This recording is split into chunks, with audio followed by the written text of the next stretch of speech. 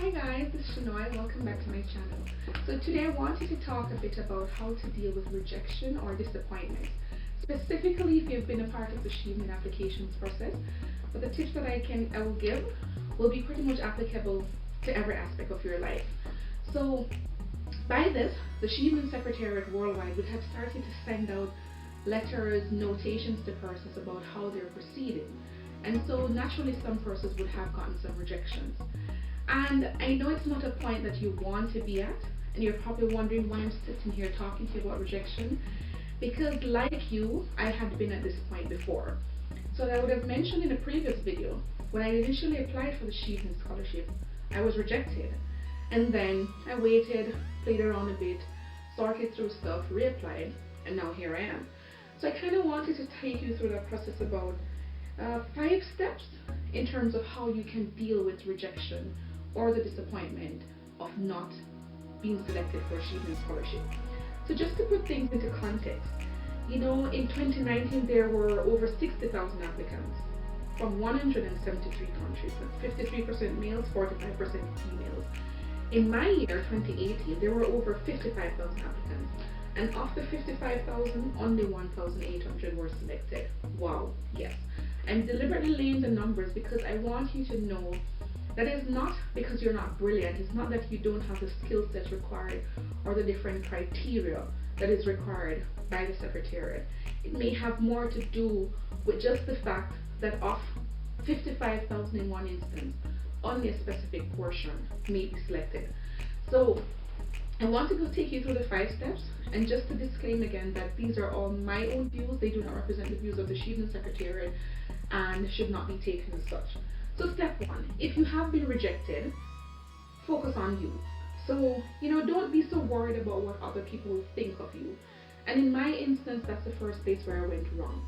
So the first time people were encouraging me to apply, they're like, Shanoy, you're a natural fit for this, you've got it in the bag, you're definitely going to get it.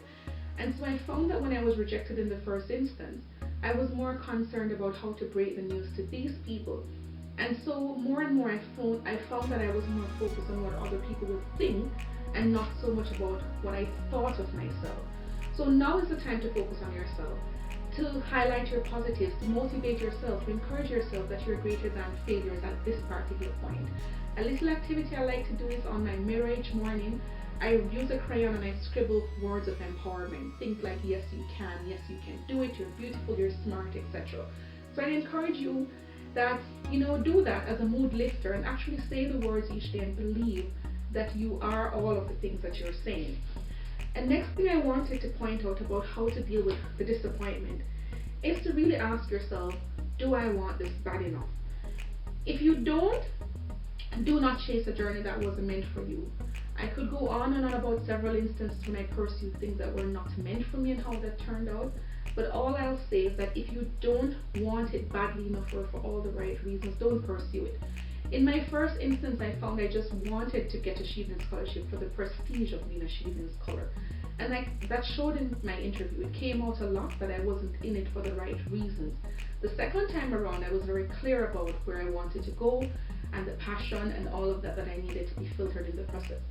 So I ask you to use this time to reflect as well as if it is that you really want it badly enough and if you want it for all the right reasons. And then step 3, if you do want it badly enough, try again. It's simple. That's what I had to do. So after my rejection, I made it to the interview phase and it came through that I wasn't as passionate about what I claimed to be passionate about. And so I allowed some time to run off. I remember when the deadlines came, I decided I wasn't going to apply again. The second year came and I watched the deadline tick by, and something in me just kind of told me I was not ready to take on that journey yet. There were things in my career I wanted to do, so I focused on those instead. But then I tried again. I mean, even when I was trying, I felt like, oh, I'm not going to do this, I don't want to do this anymore. A Chevening scholar pressed me. She said, do it again. You know, the worst thing you can do is to prove to yourself that maybe this isn't the path you're meant to take. And so having done that the second time around, I was successful. So I would just say, don't be too heartbroken, just know that you can in fact try again. Step 4 rather, take a break. Not a complete break, but as I mentioned in my instance, I took an actual break to work on my career. Iterate as well that the particular point that I was chasing the journey may not have been the best point that I should have been taking that step in the journey. 5. Celebrate your journey. So I know there would have been different things that you were looking forward to, but at the end of the day, we have one life to live. And I can tell you from personal experience that several of the times, things that I thought that were meant for me within a particular time frame, I was just not mentally and emotionally prepared for them at that particular point. I'm not saying that you aren't, but I'm also indicating that some of the times there may be parallels or there may be things unseen that could further help you to become a stronger applicant. Yes, you would have made several plans around the Chevening Scholarship, but it's really not the end of the road for you. And I would encourage you to use this time to really, as I mentioned, apply steps 1 to 4, but also celebrate the journey. Have fun with your friends. Do things that you love. Take that break. And then, when you work more on your happiness and boosting your confidence and motivating yourself, you will find that this will come out as well when you are ready to go back into that application process if it is for you.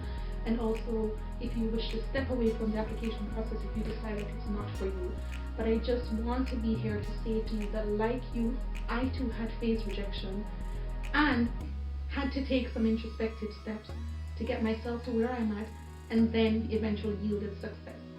If there are any specific questions you want to ask me about how I dealt with the rejection, or even how I prepared myself for the second interview and why it is that I gained success in that secondary stage of the first one, I've covered some elements in a previous video, but feel free to ask me questions in the comments and I'll be happy to assist. Remember as well to subscribe and celebrate your successes, and don't be daunted by the disappointments and failures that you have today in any specific arena of your life. Thanks for tuning in. Goodbye.